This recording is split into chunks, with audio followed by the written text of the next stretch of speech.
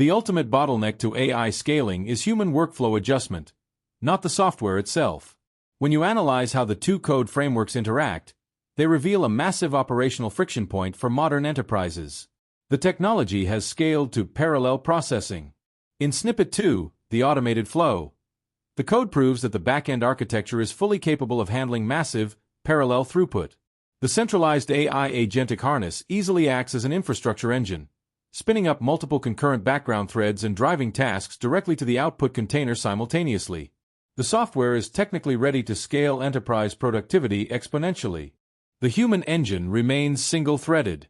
In Snippet 1, the individual execution bottleneck, you see the friction point. The human user is mathematically modeled as a linear executor.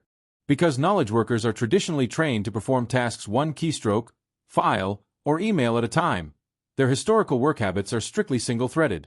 The ultimate core lesson. The technology cannot scale unless the user behavior changes first. If an enterprise deploys Snippet 2's advanced agentic harness, but the employees continue to behave like Snippet 1's linear executors, manually doing the work instead of writing rapid delegation boundaries and auditing the outputs, the AI threads sit completely idle. For organizations like PwC rolling this out to hundreds of thousands of workers, the true operational hurdle is a change management challenge. Training non-technical professionals to stop acting as doers and start acting as supervisors who delegate.